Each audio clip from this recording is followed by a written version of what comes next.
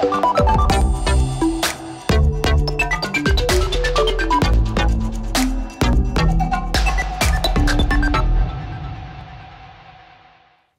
my name is Asha Sampath and welcome to this new edition of Business Africa, your magazine dedicated to the continent's business and economic news. As usual, you can win $150 in our Business Africa game.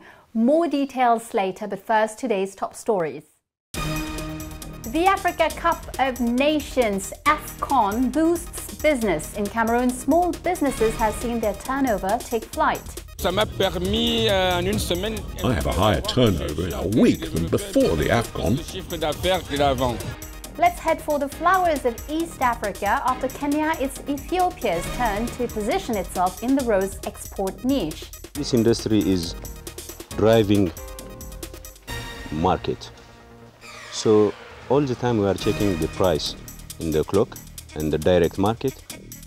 Growing vegetables in the middle of the desert is possible and organic, example with these Malian farmers. We are in the middle of the desert and people are growing vegetables like tomatoes and aubergines. A few years ago, you wouldn't have seen that here. The AFCON, the African Cup of Nations, has just ended.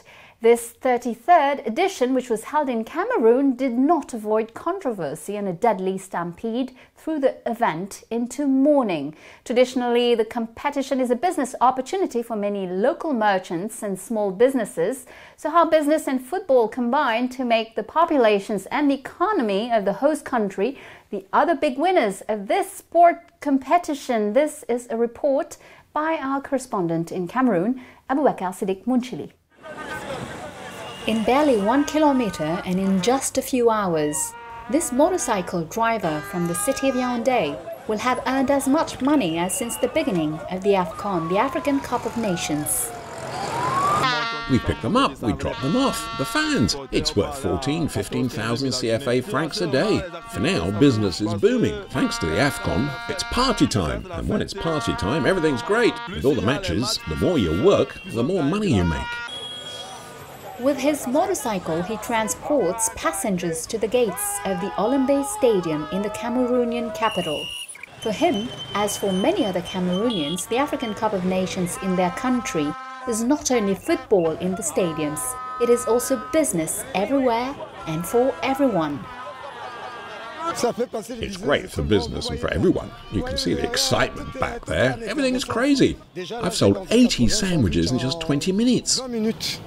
Since the AFCON kicked off, it's been a windfall. Since it started, even those who usually just hung around doing nothing in the neighborhood can make at least 100 CFA francs selling jerseys and stuff. For example, today I'm heading home with 15,000 CFA francs in my pocket. Like these street vendors in the vicinity of the stadiums, many other young people have embarked on the business of circumstance with the aim of making a fortune during this continental competition on Cameroonian soil.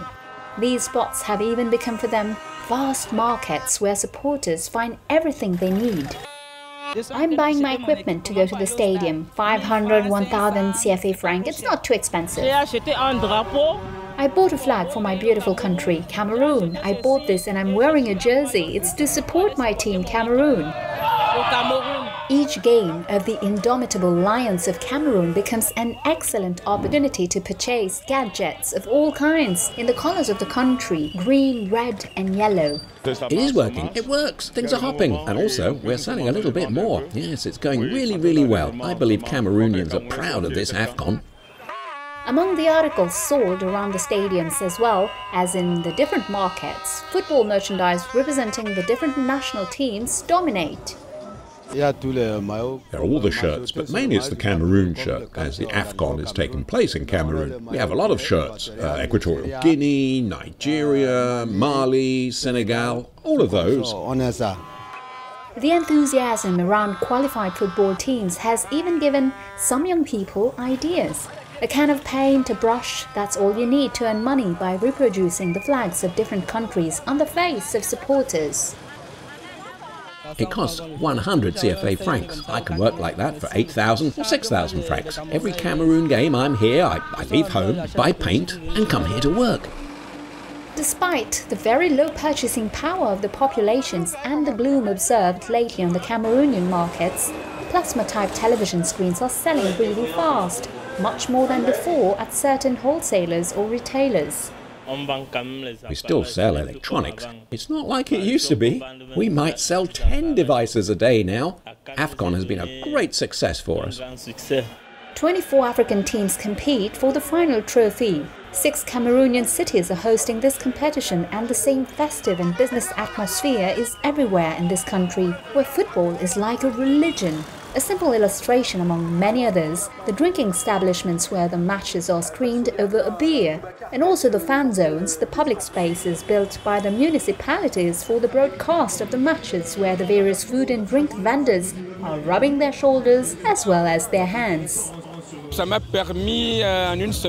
have a higher turnover in a week than before the AFCON. For this 33rd edition of the African Football Festival that Cameroon is organizing 50 years after hosting a first edition in 1972, many economic operators such as hotel managers, local businesses or simple individuals have made enormous investments with the hope of return on investment from this event. We've been waiting for this for a long time. We used our savings to be able to invest and have something big in return. The AFCON gave us a lot of hope. It's a competition that we have wanted and dreamed of organising in Cameroon. Everything a tourist might be looking for can be found in the shop, because we've been prepared. We bought a bit of everything. However, some problems remain in the path of some of these sellers and economic operators. This AFCON, on Cameroonian soil more than once postponed, is indeed taking place in a complicated international health context. COVID-19 and the travel restrictions it has entailed. For example, those have enormously slowed down the business of this seller of art objects and other souvenirs from Cameroon for foreign tourists. The market for the moment is not great. It's quite slow. It's the coronavirus that's really front and centre. Hope is not lost for this seller, also convinced that the organisation of the African Cup of Nations in a country offers great opportunities. Alongside small businesses and hotels, the construction of stadiums and many other infrastructures will also have created employment for Cameroonian workers and engineers. All in all, a good end game for Cameroon. The representatives of the continent are preparing for the Africa-European Union summit to be held next week in Brussels, and they will arrive there determined to be heard. The meeting should be devoted to the development of an economic and commercial relationship that has been battered both by the COVID crisis and the growing weight of China in Africa. To bring some balance in the Africa-European Union negotiations, actors from the continent will advocate for fairer trade agreements as well as targeted investments in African SMEs and VSEs. Ethiopia lifted its state of emergency, which was imposed in November and was to last 6 months earlier than expected. But the country is still plagued by the consequences of the civil war between the federal government and the dissident region of Tigray. For the population, this translates into inflation of food prices at their highest level in 10 years, an increase of nearly 42% in December.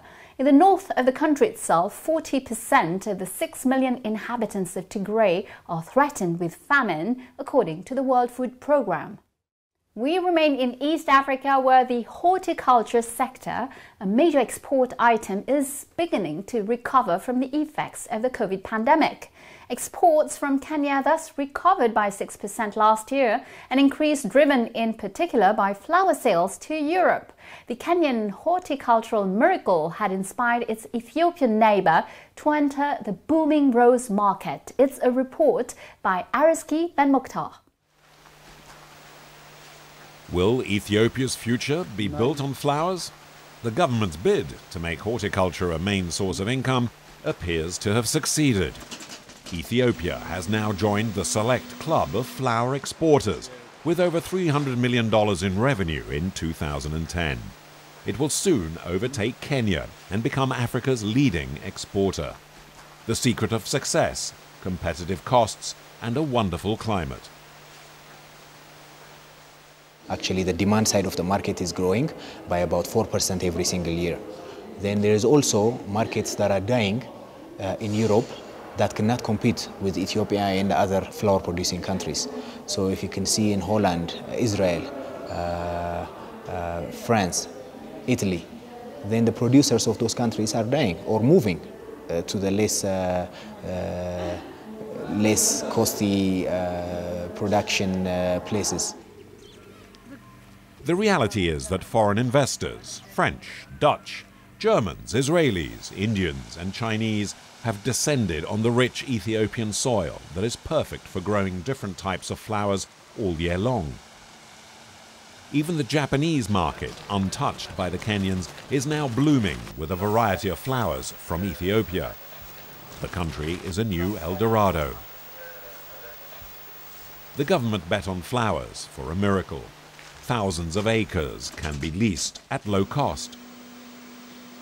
Half the existing flower farms are owned by foreign companies. Local investors are also part of the trend. Like Adugna Bekele, who switched from driving a taxi to cultivating roses with the help of a government subsidy. This industry is driving market. So all the time we are checking the price in the clock and the direct market, and they are checking the variety also, if it is convenient for Ethiopian climate or not. If the market is suitable and the price is good, we'll plant it. 50,000 flowers a day are collected. That's 1.5 million a month. Exports go almost exclusively to developed countries. Young women make up the majority of the workforce. They get only 50 euro cents per day, but it's better than not having a job. We're not well paid, but it's okay. Anyway, I've no other choice.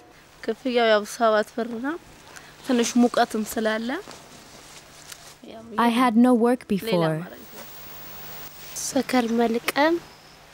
The work involves removing the dried out petals and damaged leaves. Flower producers have to strictly respect the ecological, social and health standards set by the European Union to satisfy an ever more demanding European customer who wants to know the origin of the flowers and that the environment has been respected.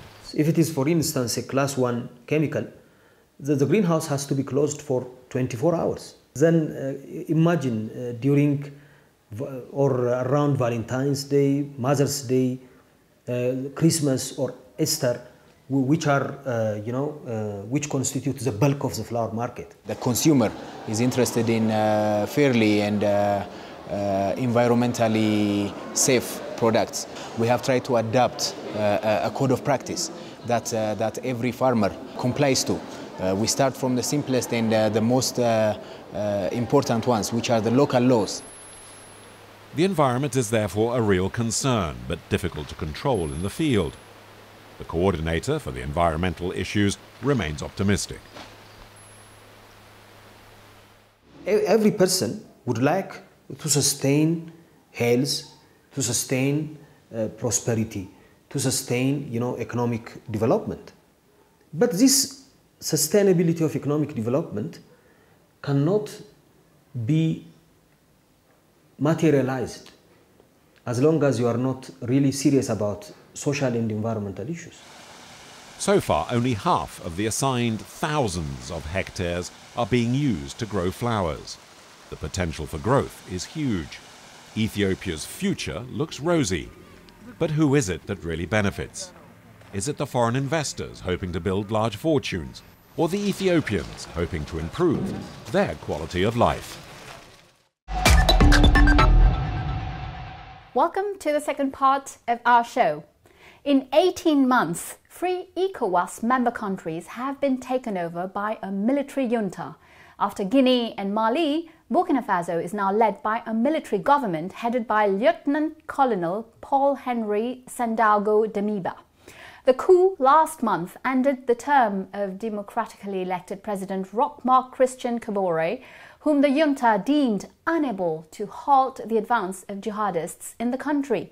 To find out more, I'm joined from Bamako by Fahiraman Rodrigue Kone, Principal Researcher at the Institute for Security Studies. Hello, Mr. Kone, and thank you for joining me on Business Africa. Should we take stock from the situation in Mali and Burkina Faso and conclude that jihadism has succeeded in derailing the democratic process in the Sahel? Apparently, yes. In both countries, the coups overthrew regimes considered to be democratically elected, and which were in their second term.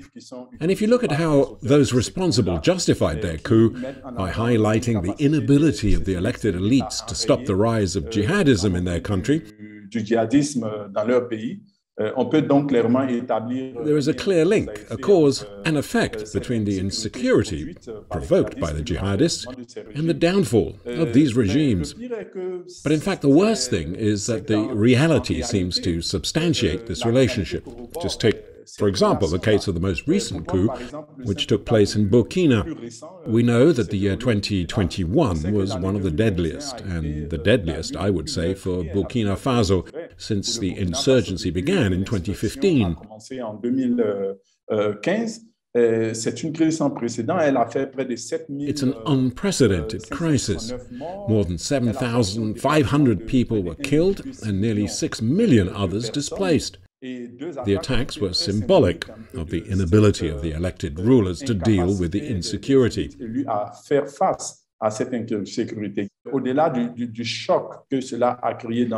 Beyond the shock felt by the public and the way in which people were killed, they revealed the ineffective management of the security apparatus, a dysfunctional authority, and the sheer amount of money that was spent.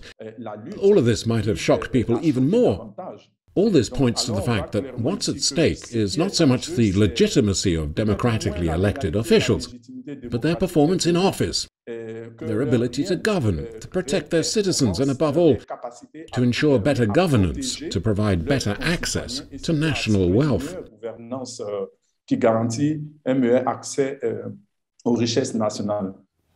Lieutenant Colonel Paul Henry Sandaogo Damiba wants to make security and the fight against jihadism his priority. He asks for international support. Is this argument likely to convince? I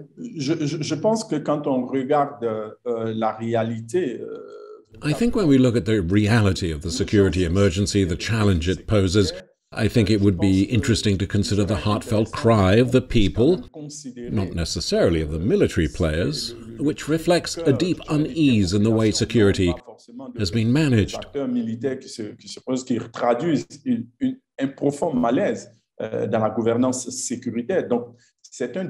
This is a challenge not just for the Burkinabe government, it's a challenge for the entire sub-region.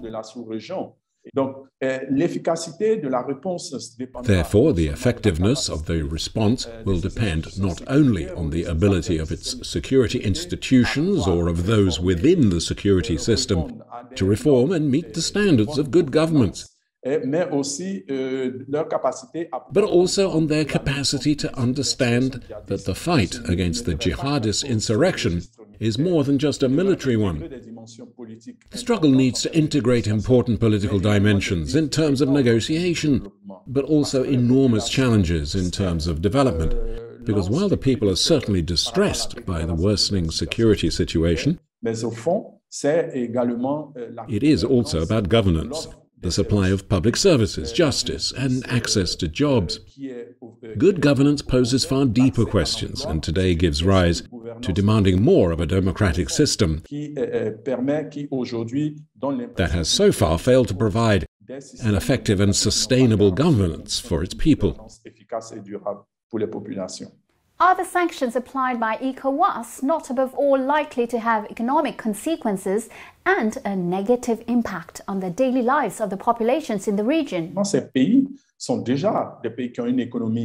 These countries already have a weakened economy, an economy that has suffered several setbacks. Admittedly, the aim is to make the rulers in charge of the transition respect, or rather, achieve their objectives in terms of organizing elections. Atteindre leurs objectifs en termes d'organisation d'élections. But the fact remains that the fundamental question is a question of governance for the people, of hoped-for results in terms of qualitative economic and social improvement in their living conditions. Therefore, the sanctions run counter to that objective and are likely to radicalize positions and not resolve the key issues. Fayraman Roderick Kone, thank you for your time.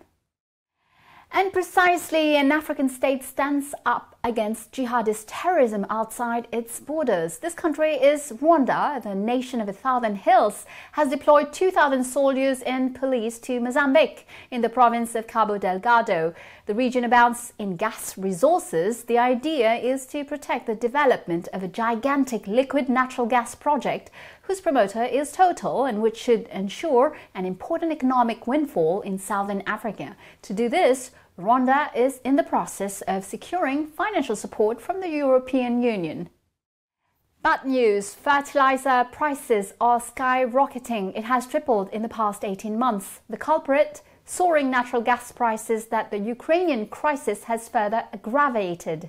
In Africa, small producers of rice, maize, sorghum and millet will be affected. The crisis could reduce agricultural production and add to the threat of food shortages in a context of price inflation.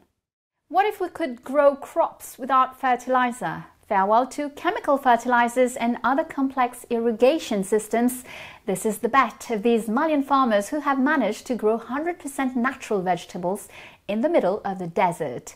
Even if organic areas still represent only 0.2% of the agricultural area of the continent, their example clearly shows that organic farming in Africa is possible everywhere. A report by Ariski Ben Mukhtar and Adrian Bizieux.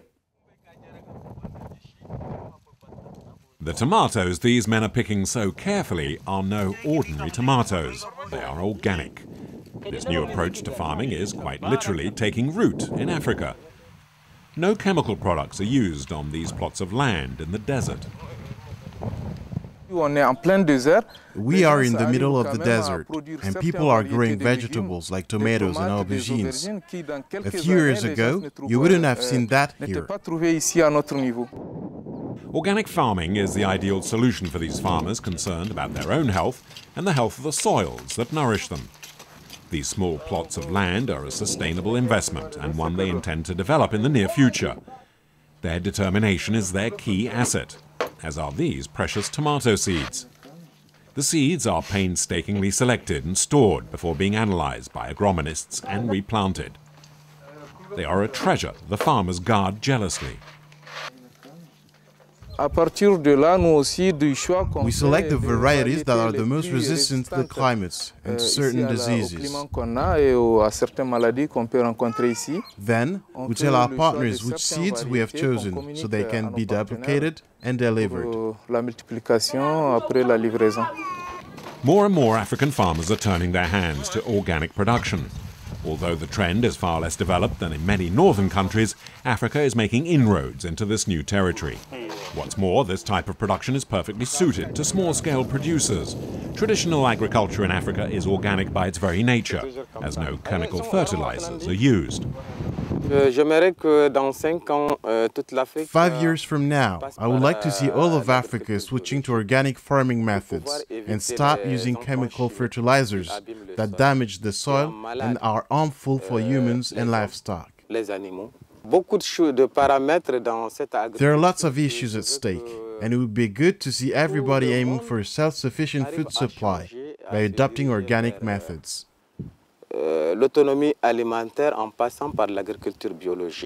Despite the climatic obstacles and the lack of resources, these pioneers of organic farming in the desert are not giving in.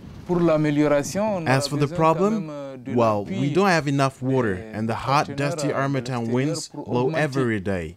We need backing from outside partners to install more wells here, and we need to stem the exodus so we have enough hands to farm the 5 hectares. We are certain that with these 5 hectares, we'll be financially independent in a few years' time.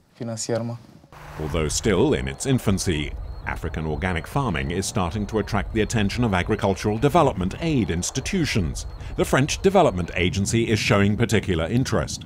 There is an opportunity for certain African countries to sell tropical produce under the organic label. This is all the more true as countries that have been producing perennial crops such as coconuts have been farming organically without even being aware of it. I think there is a market, even though there are not yet any guidelines. The advantage with Europe is that we have the guidelines as well as the demand for organic produce. Furthermore, Jean-Luc Francois also believes that participation by regional and local banks is indispensable for greater development of organic farming and of agriculture in general. There can be no agricultural development without financial services for agriculture. There is a growing debate about the issue, and we think this is an encouraging sign.